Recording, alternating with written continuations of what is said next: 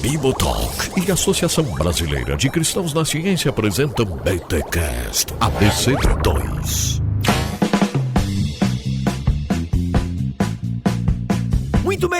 Muito bem. Começa mais um BTcast ABC2, o de número 19. Eu sou Rodrigo Bibo e nada de heliocentrismo ou geocentrismo. O negócio é egocentrismo. Seu egocêntrico, narcisista. Gente, eu sou o Marcelo Cabral e a gente precisa sair de Galileu e voltar pra Calcedônia. Eita, não entendi nada. E eu sou o Thiago Garros e hoje nós, nessa edição de Caçadores de Mitos da ABC2, falaremos de Galileu. Olha aí, muito bom. Gente, estamos aqui em mais um episódio da ABC2, Associação Brasileira de Cristãos na Ciência, para trazer aí essa relação fé e ciência. E, cara, como eu ansiava por este episódio, já ouvi aí algumas palestras da ABC2 sobre o caso Galileu, e eu falava, gente, quando é que traremos o caso Galileu para o BTcast da ABC2? E ele chegou, e eu tenho certeza que você vai curtir esse episódio. Inclusive, é um episódio muito legal para você mandar para o seu amigo católico que gosta de podcast e ainda não nos conhece. E você que é católico e nos ouve, ou você que é católico e ficou curioso com o que uma turma de protestante vai falar sobre Inquisição, Igreja Católica e Galileu, então fica com a gente, porque esse é o BTcast da ABC2.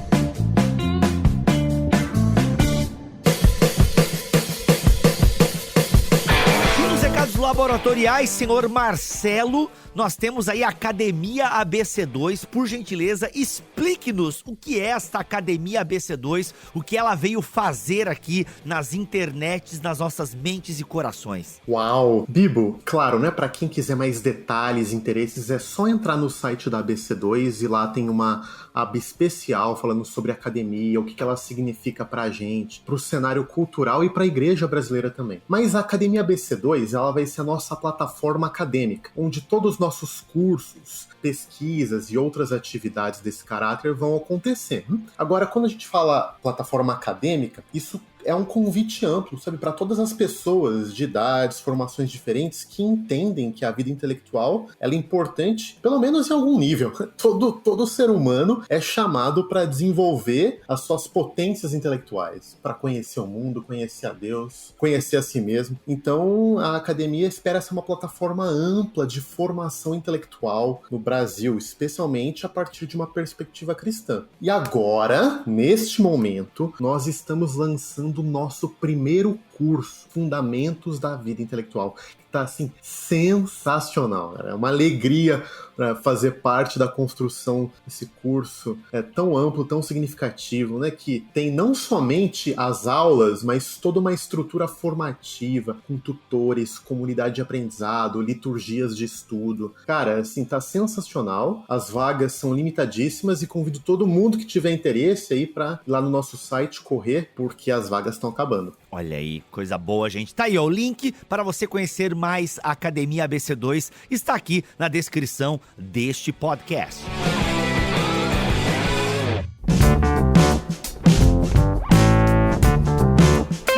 Então eu quero entender um pouco mais aí esse caso Galileu, porque, grosso modo, quando se fala de Galileu, se usa, né, o caso do Galileu para falar que a igreja era contra a ciência, é o homem que descobriu, né, tem uma grande descoberta astronômica, ele foi censurado pela igreja, foi parar na Inquisição, foi torturado pela Inquisição, e aí? Isso é verdade? Isso é mentira? Eu quero entender essa história do Galileu, porque me parece, pelo que eu andei estudando aqui agora para falar com vocês, não foi bem isso, e parece que isso é um mito aí, que a igreja católica da Inquisição era contra a ciência e que maltratou Galileu por causa disso. Por onde a gente começa para entender essa história? Com certeza não começa no Galileu, né? Assim, só um ponto para destacar é que você usou o termo mito, né? Que esse é um mito de que a igreja se opunha à ciência. E, de fato, o caso Galileu ele é um mito nesse sentido mais profundo, né? Esses mitos formativos que acabam por forjar a imaginação das pessoas por séculos e forjar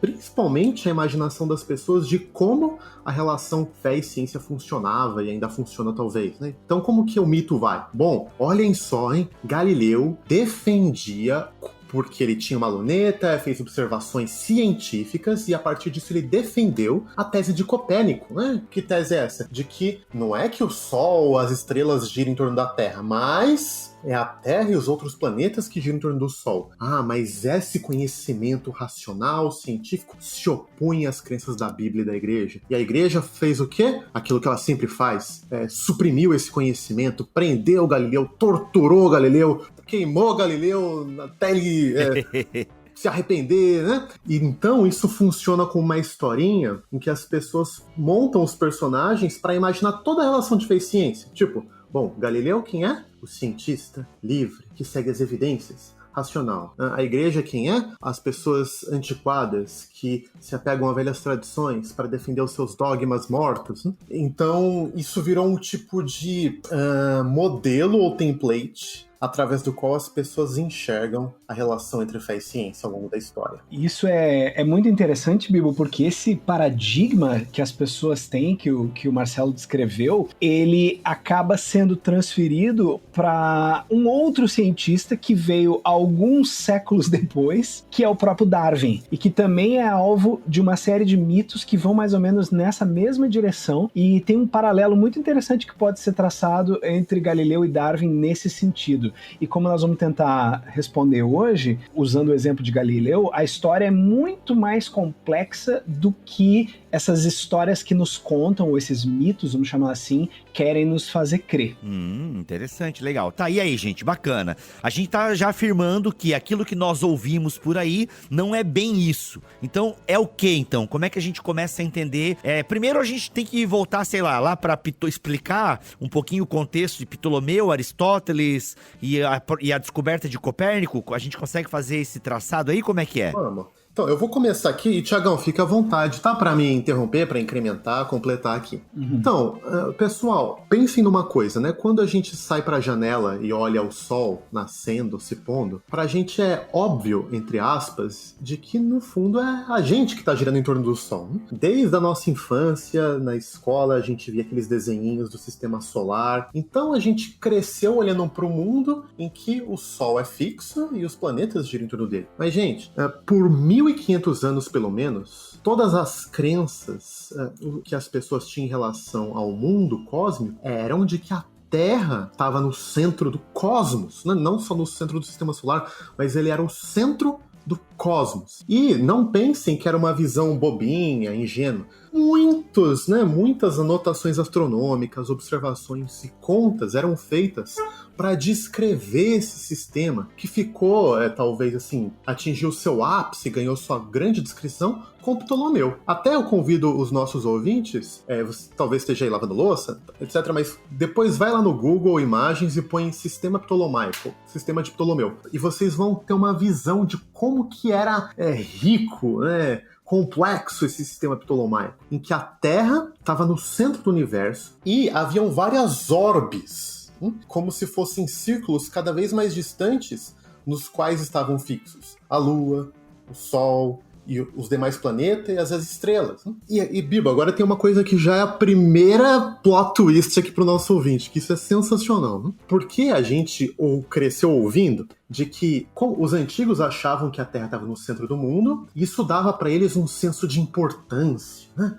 Nós vivemos no centro do mundo, né? Isso ficou muito famoso com a frase de Freud, que disse que os seres humanos passaram por 3 humilhações narcisísticas. A primeira foi com Copérnico, quando mostrou que a Terra não era o centro do universo. A segunda foi com Darwin, mostrando que os seres humanos não eram um tipo especial de animal, sei lá. E o terceiro, dizia Freud, era o que ele mesmo mostrava, né? De que muita da nossa vida mental é carregada não por aquilo que a gente tem consciência, mas pelo nosso inconsciente. Ou seja, não tem controle de nada. A gente não é especial, nós não somos o centro do universo, e nós não viemos do animal, não temos controle de nós mesmos e não somos o centro do universo. As 3 humilhações. E estamos na periferia, a periferia cósmica, né? Não somos nada. Mas, olha que interessante. Aí ele tá falando, então, de que os antigos se achavam todos maravilhosos, lindos, topzeiras, porque eles estavam no centro do mundo. Mas nada mais longe da verdade. Por quê, gente? Porque, ao contrário, aquilo que estava no centro dessa imagem, que era a Terra,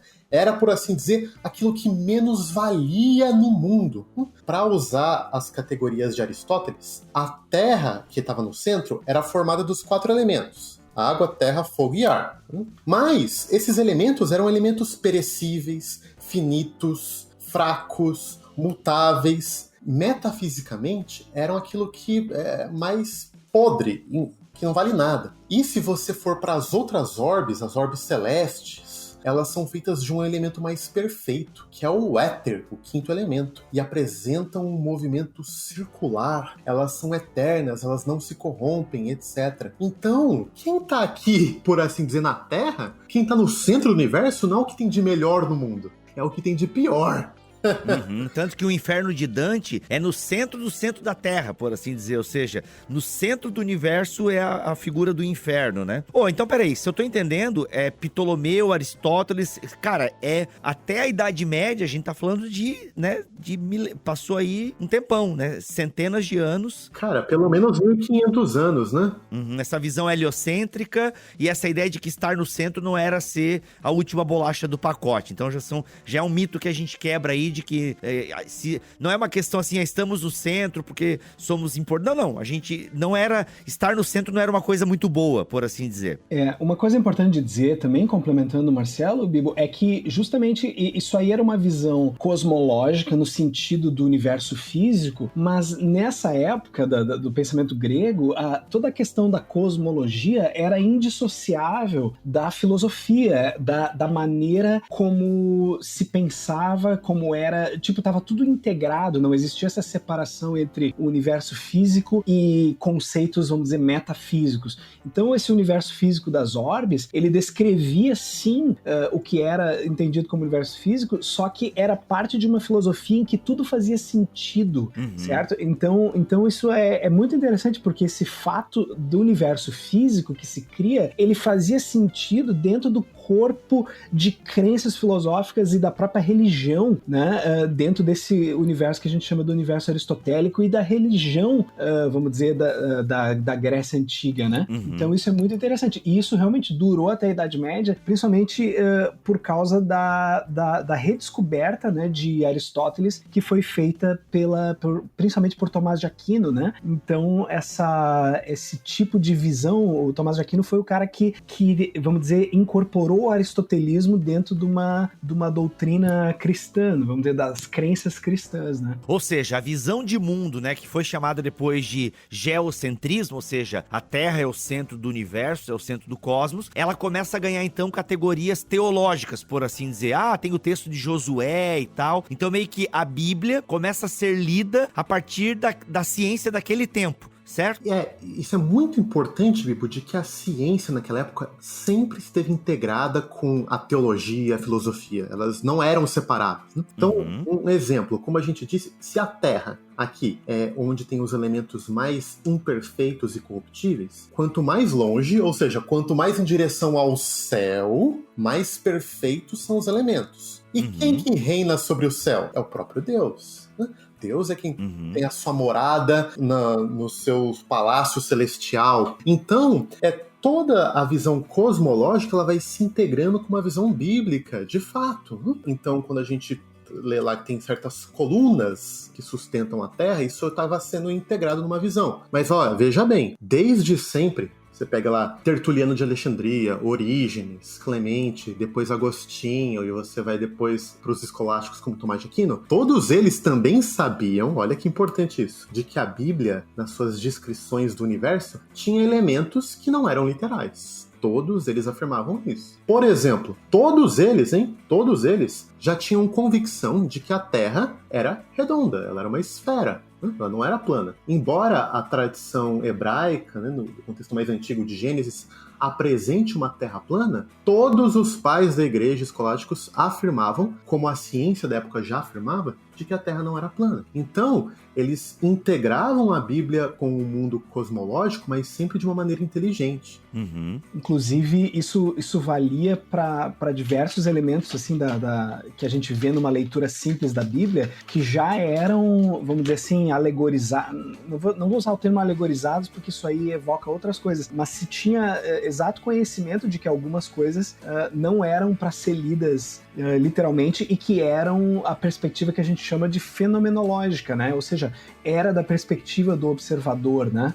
Então isso é muito claro, né, na leitura desses pais da igreja aí. Uhum. Legal, então tá. A teologia assimila a ciência da sua época, teologia, filosofia e ciência caminhavam super bem integradas, inclusive na Idade Média, inclusive naquilo que o pessoal chama da Idade das Trevas, né? Ou seja, gente, temos que tomar muito cuidado em dizer que a igreja na Idade Média era contra a ciência. Já vimos que não, ok? Já vimos que não. Teologia, filosofia e ciência caminhavam super juntas e integradas, como a gente pôde ver até aqui. Vale a pena lembrar que não existia instituição científica naquela época, né? Quem patrocinava e pagava, de fato, muito dos astrônomos estudiosos era a igreja. Por sinal, muitos dos cientistas eram monges, padres, né? As grandes catedrais, que eram altas, elas emprestavam o seu espaço para que os astrônomos subissem lá, fizessem as observações, sabe? Isso chegou até um ponto de que tem um estudioso que diz que nenhuma instituição patrocinou tanto a ciência na história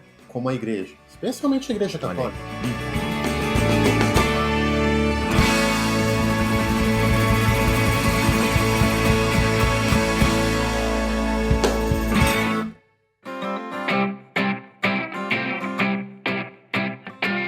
Já que a gente falou disso, da igreja que apoiou a ciência, nós temos aí um padre. Ele era padre? Agora não lembro. Mas enfim, ele era um religioso. Era padre, acho que era padre. O Copérnico.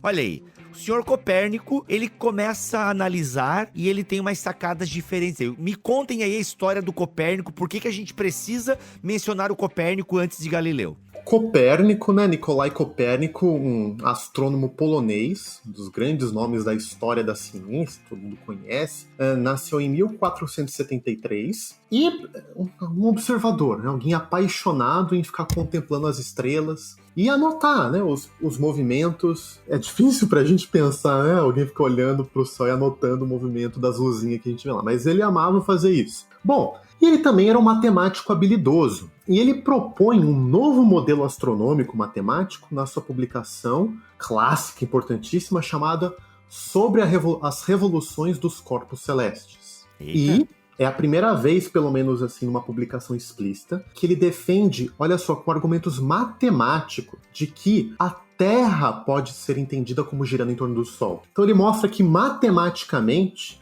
era possível conceber o Sol parado e a Terra girando em torno do céu, né? Ele inverte o sistema. Aí é a chamada Revolução Copernicana. Agora, isso é muito importante, tá? Quando ele apresenta a sua teoria, ele apresenta como um modelo que explica bem os fenômenos que ele observava. Ele não defendia como um fato inacabado, mas era um modelo científico. E, gente, olha que interessante. Boa parte da igreja, inclusive da alta cúpula, recebeu bem, não teve problema, não foi pra fogueira, não queimaram os livros dele, não mandaram ele parar de estudar. Era um modelo, né? Claro que a igreja não adotou esse modelo, nem corroborou, mas ninguém viu o problema dele publicar um modelo matemático. Teve críticas, tá? Inclusive o alemão Lutero criticou. E citou o texto de Josué, né? Que Josué mandou parar o sol e a lua, né? Exatamente. Então ele fala assim, ó, que Lutero é um teólogo ambíguo, né? Às vezes, em alguns momentos, ele parece apreciar a razão, mas em outros ele fala que você tem que ficar entre os elementos da fé e os elementos da razão. E quando ele criticou o Copérnico, parecia que ele estava com essa visão um pouco dualista. Bom, mas beleza. Copérnico foi lá, deixou seu modelo, um modelo que começou a ser estudado por estudantes das universidades, começou a ser discutido, mas sem ter dado nenhum tipo de ruptura ou problema maior. Até que, décadas mais tarde, surge Galileu. né? Que, sem dúvida, também um gênio, né? Mas o que vai fazer um pouco de diferença em Galileu é que ele vai defender que o modelo copernicano não é simplesmente um modelo matemático, mas é a verdade. E se é verdade, não é assim, cada um pode crer no que quiser. Se é verdade, ela nos convoca a se render a ela. Agora, tem alguns movimentos importantes aí na história do Galileu que nos ajudam a entender isso, né? Pessoal, acompanhe aí a linha do tempo, que ela é bem importante para entender isso. Então, no ano de 1608, chega nas mãos de Galileu a chamada trompa holandesa, que não é nada mais, nada menos do que o nosso telescópio. E essa trompa holandesa permitia uma ampliação no alcance de 3 vezes, que é pouquíssimo para os nossos parâmetros atuais. Mas Galileu, além de astrônomo, ele tinha muita engenhosidade, habilidade. E ele foi trabalhando a perfeição desse instrumento e conseguiu expandir o alcance dele de 3 para 20 vezes. Olha aí. Ele estava na Itália, e é na Itália então que o termo telescópio surge. Deixa de chamar trompa holandesa e vira o telescópio. Ele pegou esse instrumento e apontou, né, para a Lua, para as estrelas, e fez descobertas fascinantes. Para a gente são fascinantes. Deixa eu dar uns exemplos para vocês. Descobriu, por exemplo, as crateras lunares. Tinha buraco na Lua, em outras palavras. Fases de Vênus. Descobriu a Via Láctea. Manchas no Sol. Planetas, né, medianos. Gente, agora você fala assim, mas o que tem de mais descobrir cratera na Lua, mancha no Sol? Pensa de novo no sistema ptolomaico aristotélico. Lembra que a Terra, que era formada de elementos como terra, fogo, água e ar, que são elementos corruptíveis, imperfeitos, problemáticos. Não, mas lá, os objetos celestes, como a Lua e o Sol, nessa cosmologia, eram perfeitos. Eles não eram feitos de terra, água e ar. Eles eram feitos de um outro elemento, do éter, que era perfeito, incorruptível. Daí, como assim? Quer dizer que a Lua não é uma esfera perfeita? Ela tem buraco? Ela tem montanha? Ela tem terra? O Sol tem manchas? Então ele não é uma esfera cristalina perfeita? Não, ele tem incorreções, imperfeições, mutações. Essas descobertas, né, começavam a ruir um sistema inteiro que durava 1500 anos. Tem uma descoberta interessante nessa época também, Marcelo e Bibo, que essa ideia do universo aristotélico, como o Bento falou, tinha essa ideia de perfeição, mas também tinha uma ideia de imutabilidade, que sempre foi uma característica associada à perfeição. E aí, com a ajuda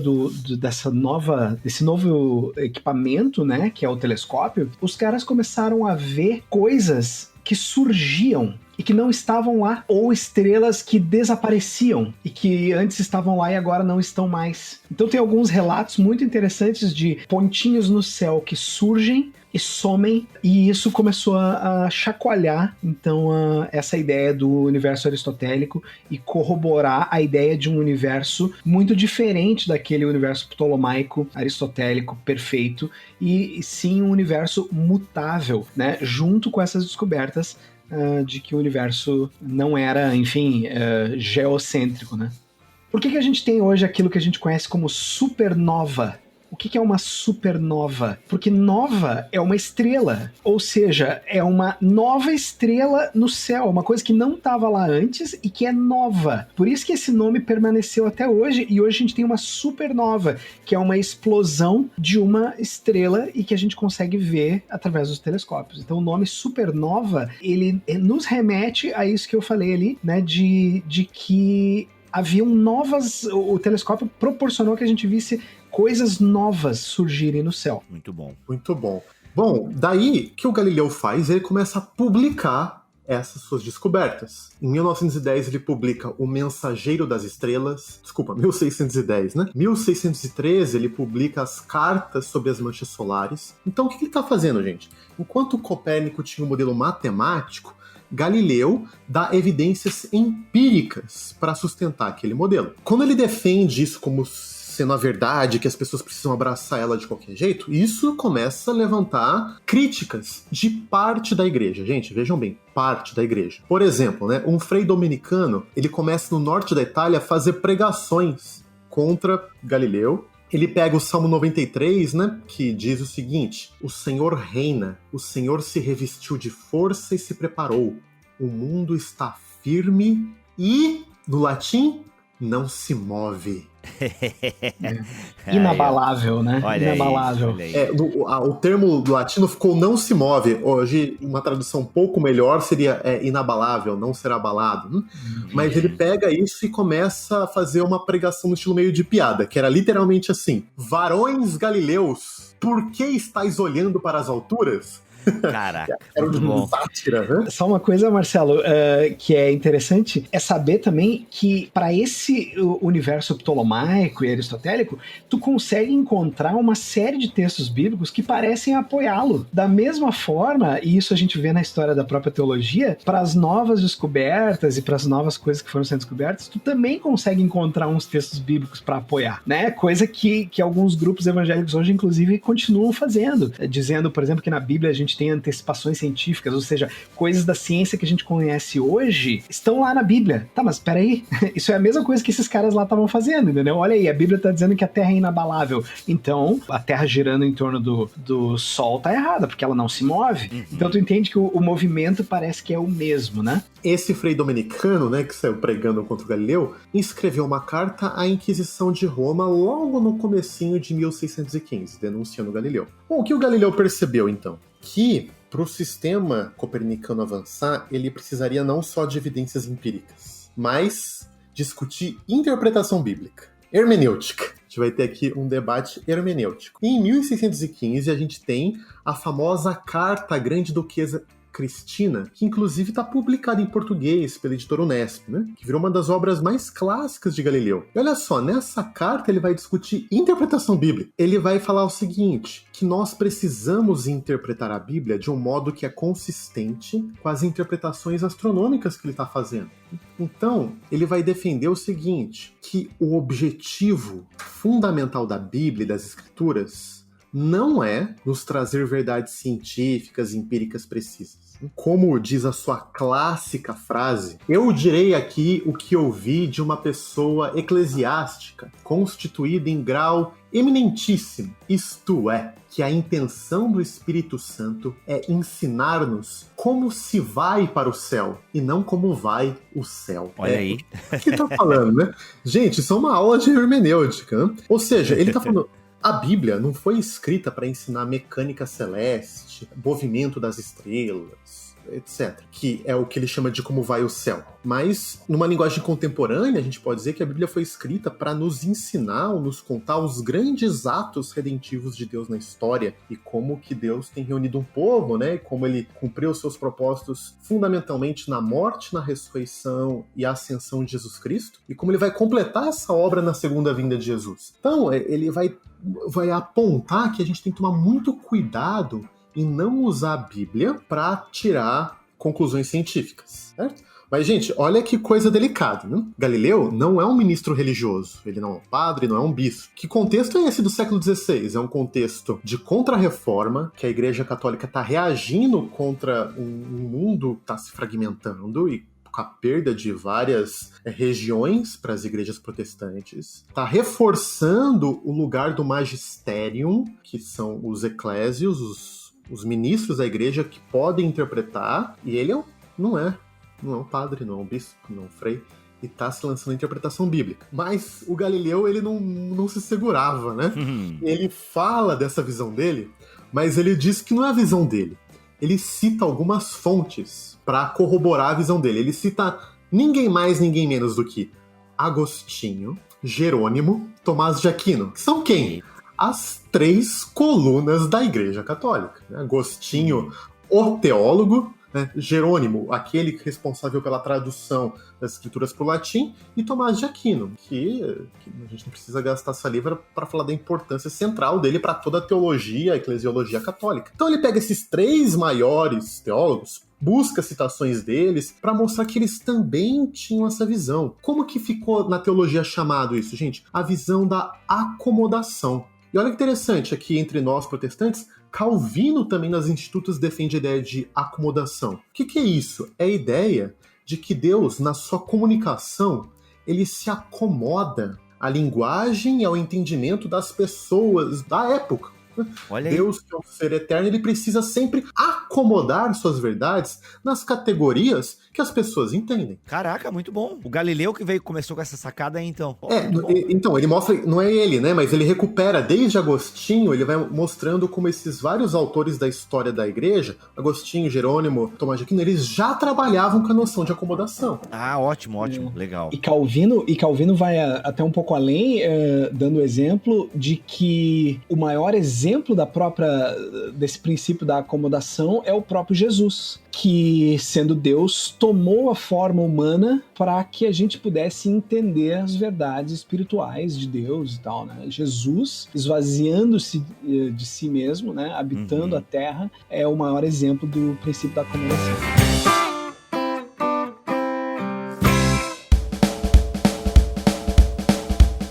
Então, pessoal, isso tudo acontecendo em 1615. Bom, lembrem-se disso. Entre a cúpula romana, haviam alguns admiradores de Galileu. Por exemplo, guardem esse nome, Maffeo Barberini era um grande admirador do Galileu e alguém da alta cúpula romana. Em alguns anos ele vai virar papa, por sinal, segurem aí. Mas ele também tinha os preocupados, né, com um cara que não era do seio da igreja, não era da cúpula, falar sobre interpretação bíblica, naquele clima de disruptura que estava vivendo a Europa cristã. Então, o cardeal Bellarmino, que era um dos responsáveis pela Inquisição, em 1616 ele proíbe a publicação de Galileu e proíbe também o livro de Copérnico sobre as revoluções das esferas celestes. Entra no famoso Index, tá bom? E faz algumas recomendações que Galileu pare de defender isso como uma verdade. Ele poderia, veja só, ele poderia fazer as pesquisas dele, defender vários modelos, mas ele não poderia dizer que este era a única verdade incontestável. Agora veja bem, isso foi em 1616. Passam aí vários anos e em 1623, o Maffeo Barberini, que é esse que eu disse que era um grande admirador de Galileu, é eleito Papa Urbano VIII. Gente, tudo podia ter mudado. O Papa é um fã do Galileu, um admirador da inteligência, do rigor, das obras dele. Muito bem.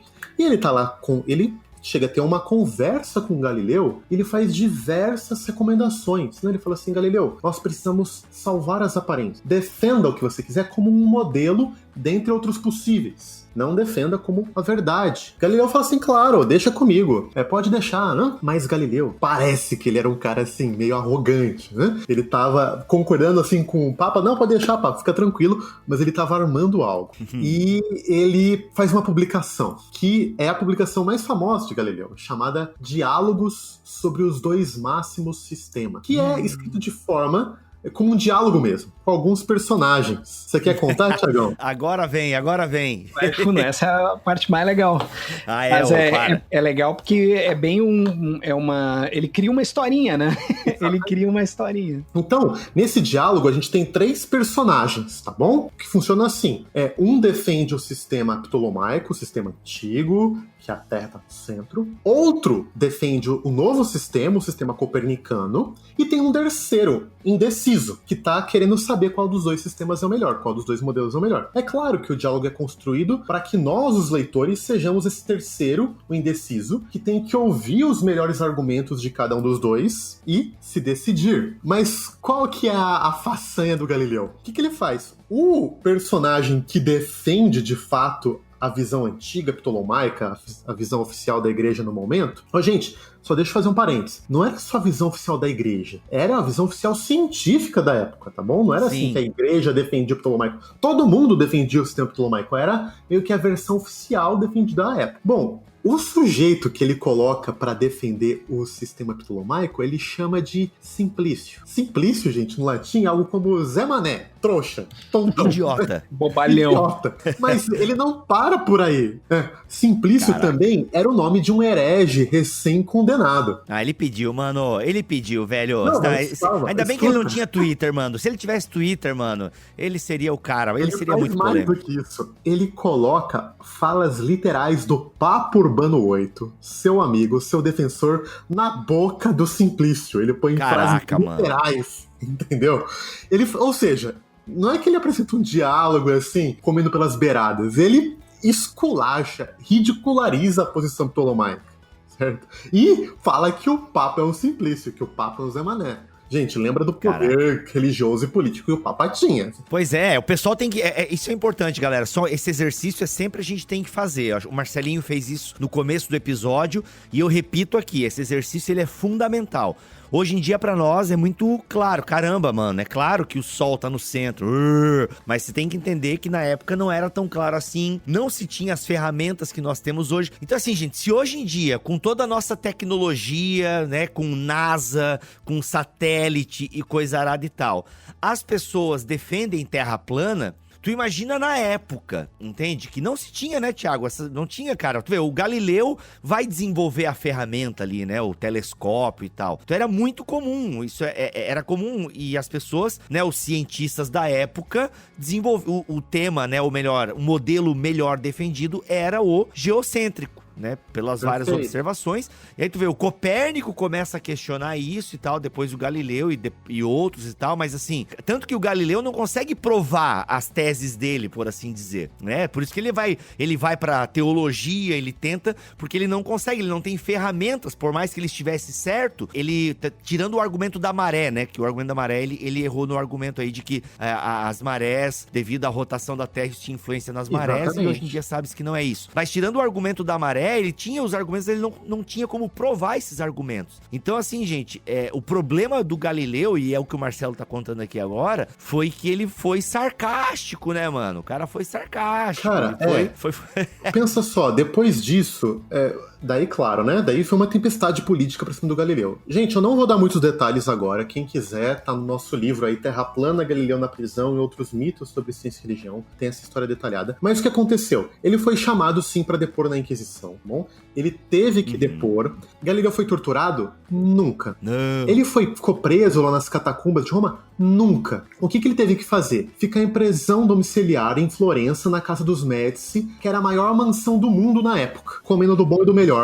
Né? Então, nunca teve tortura, prisão. Gente, isso tudo é mito fabricado, que foi fabricado posteriormente. O que se tem registro, né, Marcelo, é que, na verdade, ele deu testemunho sob pena de tortura, né? Se ele não colaborasse, poderia rolar tortura, ainda que tinha uma série de preceitos aí da Inquisição, de não se torturar velhos, gestantes e tal. Então, assim, e ele poderia ter exceções, é claro, mas, tipo, os indícios levam a crer que ele não foi torturado em nenhum momento e tal. Cara, isso hoje, assim, é bem estabelecido de que ele não foi torturado nem preso, tá? Preso, assim, prisão nas catacumbas. Ele ficou em prisão domiciliar numa mansão. Tá, ô Marcelo, só um parênteses aqui, desculpa te interromper de novo, mas esse mito de que ele foi também torturado, e até esse livro que tu acabou de citar aí, que é esse lançamento, essa parceria da ABC2 com a Thomas Nelson, lá fala também que parte desse mito ele foi fabricado porque essas informações aí que a gente tem de que ele não foi torturado foram documentos até mais recentes que foram liberados pela Igreja Católica, né? Pra que a gente também pudesse ter um acesso melhor a essa verdade.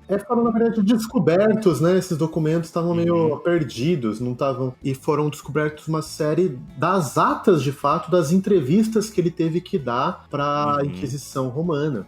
Então, a gente tem, em termos de documentação histórica, isso tá bem estabelecido. Mas o mito continua, né? Esse é o problema. Agora, deixa eu só fazer essa rápida reflexão final e quero chamar o Garros também para refletir isso comigo, que é o seguinte, gente. Essa história do conflito do Galileu com a Inquisição Romana, ela não é, se vocês perceberem bem, um conflito entre ciência e religião. Não é isso, tá bom? Não é isso. Primeira coisa, a arrogância do Galileu em colocar o Papa Urbano VIII como um simplício, como um idiota, é complicadíssimo, ainda mais naquele contexto em que a Igreja Romana vivia um clima político tenso. O conflito com os protestantes, desde o Concílio de Trento e as afirmações do magistério da igreja. O conflito dentro dos muros católicos, com a ascensão do jansenismo. E daí surge um sujeito questionando a interpretação bíblica oficial de um jeito super arrogante. E tem mais, gente. Isso é um debate também de ciência contra ciência, não de ciência contra a fé. Havia, naquela época ainda, dados experimentais que tendiam mais para o sistema de Ptolomeu. Eles não tinham todo o aparato tecnológico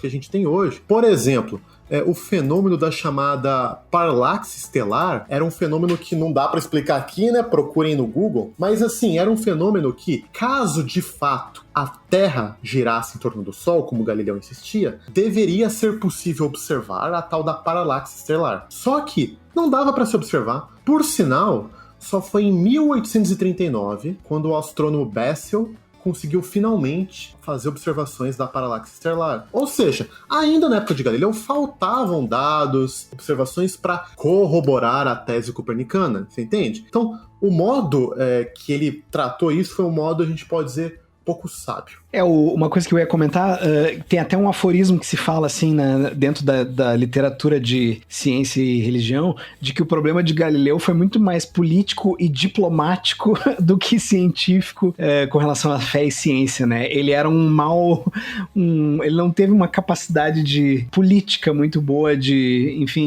lidar com a questão toda, e diplomaticamente cometeu alguns erros ao escrever, né, pro Papa, chamando ele de Simplício e ridicularizando a posição. Pô, e amigo, né? Sabe que ele era tão amigo do cara que resolveu dar aquela zoada, né? Eu zoo meus amigos, né, mano? Eu tô zoando o Tim Keller, por exemplo, no livro que eu tô escrevendo, que chega uma hora que eu tô citando tanto o Tim Keller, porque o Tim Keller, tem uma hora que eu tô citando um comentário de Romanos, eu peguei um comentário do Tim Keller. Aí tem uma hora que eu tô falando sobre oração, eu peguei um livro do Tim Keller. Tem uma hora que eu tô falando sobre idolatria, tem um livro do Tim Keller. Cara, como eu tô citando muito o Tim Keller no meu livro, eu já não aguento mais falar. E Keller afirmou, segundo Keller. Aí eu já tô chamando ele de professor Xavier da teologia, né? O Dr. Manhattan, tá ligado? Porque o cara tá lá em Manhattan e tal. Parece mesmo. Eu tô chamando ele de... Eu tô dando aquela zoada porque eu amo o cara. Será que o Galileu não, né? Porque, no fundo, ele foi interrogado, tudo, o bicho teve no Tribunal da Inquisição, mas foi super bem tratado, né? E, segundo até eu tava lendo, o bicho foi morrer na casa dele depois. Cara, é difícil a gente ter essa sensibilidade do tipo de coisa que soava zoeira ou não na época, né? Parece, de fato, que ele cruzou qualquer fronteira do bom senso. Se mereceu. Ele fez na zoeira, ele é tipo aquele amigo Joselito, que você fala, mano, essa zoeira não tem lugar, entendeu? Tipo assim, aquele cara que fala besteira na frente de quem não deve, né? Que, sei lá, num jantar importante e zoa uma coisa muito particular. Fala, mano, cala a boca. Tipo. Eu conheço um cara assim quando eu me olho no espelho. Mas olha só, gente, mas eu acho que outro ponto importante também aqui, acho que pra gente concluir, é que a igreja católica e também a igreja protestante sempre fomentou a vida intelectual. A igreja não foi e não é contra o desenvolvimento intelectual dos indivíduos. E principalmente é legal a gente falar isso no período da Idade Média, que é chamada aí da Idade das Trevas, obscurantista, ainda bem que veio o Iluminismo. Cara, nada disso, né? A gente vai ver, e a gente pôde ver aqui neste episódio, que o problema da igreja com Galileu não foi científico, mas teológico, quem sabe, e social, né? Como o Garros diplomático, falou. Diplomático. Não, Bibo, isso é muito bom você falar isso. De um lado, cara, você tem toda a razão. Assim, a igreja, ao longo da sua história, apresenta uma rica tradição de impulso à vida intelectual, vida cultural, à ciência, sem dúvida. Isso também não exime a gente de ser honesto com os erros que a igreja faz ou fez na sua história. Por exemplo, essa apertada da Inquisição, mesmo que no final das contas não fez nada com Galileu, mas o fato dele ter que depor, né, e querer, naquele momento, segurar o locus de autoridade científica dentro da igreja, foi sim um erro. Um erro que depois a igreja abriu mão. A igreja deixou de se apresentar como o locus de autoridade científica. Ela entendeu que não era o seu papel. Naquele momento, ela ainda estava tentando fazer isso. E tem crente querendo fazer isso em 2020, tá? De achar que a igreja que é o locus da autoridade científica. Esse erro a gente já cometeu, né? Lembrando que não foi só a igreja católica, também nesse sentido com a Inquisição, né? Se a gente para pensar, Lutero também não curtiu as paradas de Copérnico, né? E chamou ele de louco e tal. Também acho que é legal passar esse pano aí.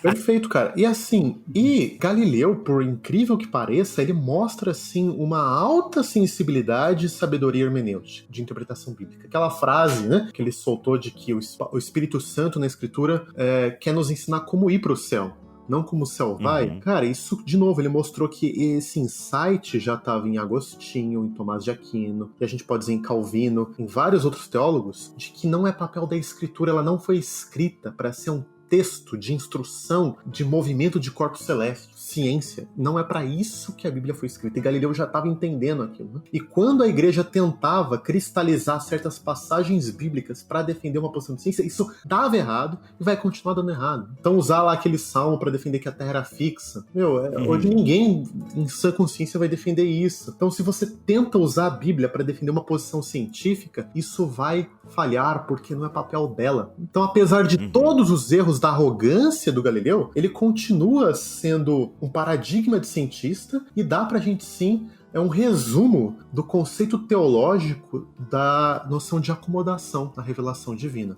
Muito bom, muito bom. Senhor Garros, a sua consideração final? Não, eu ia comentar isso justamente ia trazer esse ponto que o Marcelo falou agora, que na verdade é triste que a gente não tenha ainda, eu diria como protestantes, né, aprendido de forma a incorporar isso na nossa prática, né, de que justamente esse princípio, né, de que a Bíblia não está aí para nos ensinar algum tipo de ciência, porque eu sempre me faço essa pergunta, né? Se ela fosse para corrigir a ciência, vamos dizer, corrigir uma noção errada de ciência que alguém tem, com qual ciência ela corrigiria, né?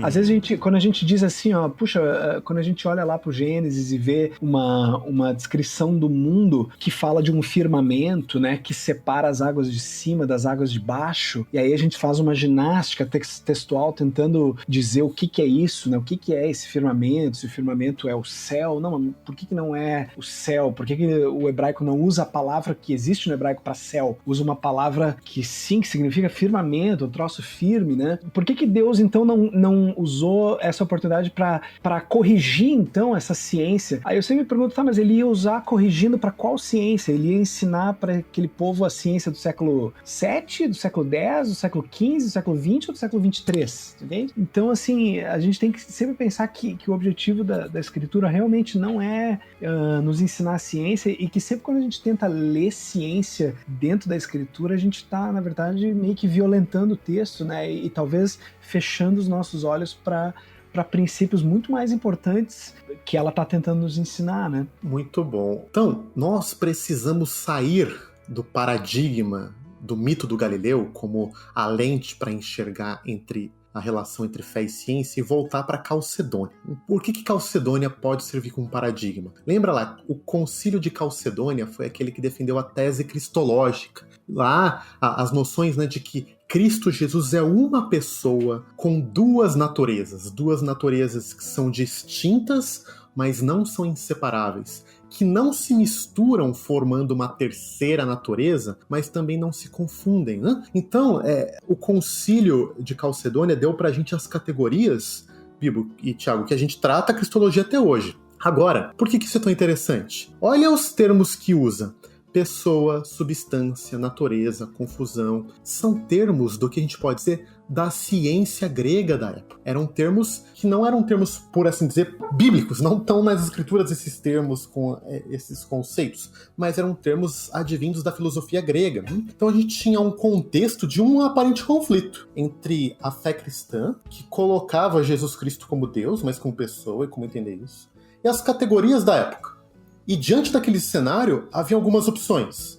Opção 1, abandonar a visão bíblica e abraçar alguma visão grega, né? Tipo assim, não, na verdade Jesus é uma terceira substância, porque ninguém pode ter duas substâncias, duas naturezas. Você podia ir pelo caminho do fundamentalismo, que era simplesmente ignorar as categorias gregas e falar assim, não vamos falar disso, vamos repetir os versículos bíblicos. E você podia ter a terceira via, que foi a via que a igreja adotou, que é a via de um engajamento intelectual responsável, né? Que você não nega a ciência ou as categorias filosóficas. Você entende a importância deles, mas você não abre mão dos princípios bíblicos. Então a grande cristologia que a gente herdou da Calcedônia permitiu expandir até a nossa compreensão de Cristo, olha que coisa rica, né?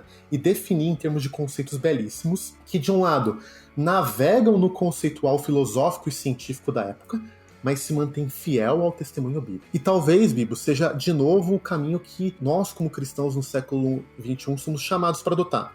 Não é o fundamentalismo de rejeitar a ciência da nossa época, nem a covardia de simplesmente abandonar a tradição cristã para conceder tudo o que as categorias do nosso tempo pedem, mas tem um tipo de imaginação teológica que a gente vai se apropriar dos bons conceitos e descobertas, se mantendo fiel à nossa tradição cristã. Olha aí, muito bom, gente. E olha só, e uma ferramenta para você seguir e trilhar este caminho é a Academia ABC2.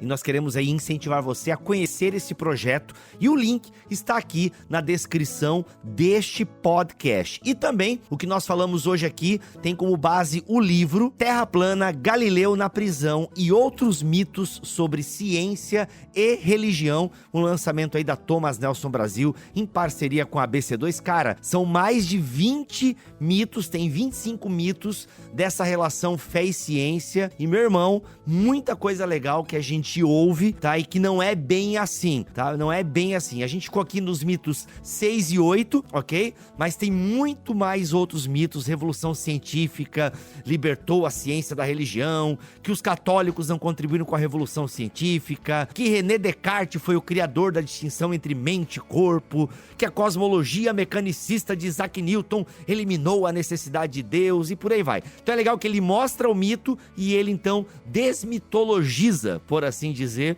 essa falácia, tá? Então, muito legal, gente, este livro também para você dar uma olhada e presentear aquela pessoa que curte esse tema ciência e fé. É isso, meus amigos. Bibo, eu só ia fazer mais uma propaganda desse livro, dizendo um mito que tá aí, que tá relacionado, que muita gente fala bobagem sobre ele e que tá bem relacionado com o nosso tema de hoje, é a história de Giordano Bruno, né? Ó, que é o 7. Não me lembro o número do livro, mas... É o 7, que Giordano Bruno foi o primeiro mártir da ciência moderna. Isso aí aparece direto, né? Que ele foi posto na fogueira por causa das suas ideias científicas e justamente por advogar o copernicanismo, quando na verdade você precisa ler o livro para saber que não foi assim. Olha aí, você quer entender melhor a inspiração do menino do Acre? Você precisa ler. Aí você precisa ler o mito 7. Gente, muito legal, leitura rápida, fluida, né? Como são vários mitos, o livro não é grande, ele vai direto ao ponto, uma leitura bem fluida. É isso, gente. Muito obrigado, Garros, pela sua presença aqui em mais um BTcast ABC2. Valeu, sempre um prazer, tamo aí. Marcelinho, tamo together sempre. Tamo junto, meus queridos. É isso, vamos ficando por aqui, voltamos no próximo BTcast ABC2, se Deus quiser e assim permitir. Fiquem todos na paz do Senhor Jesus.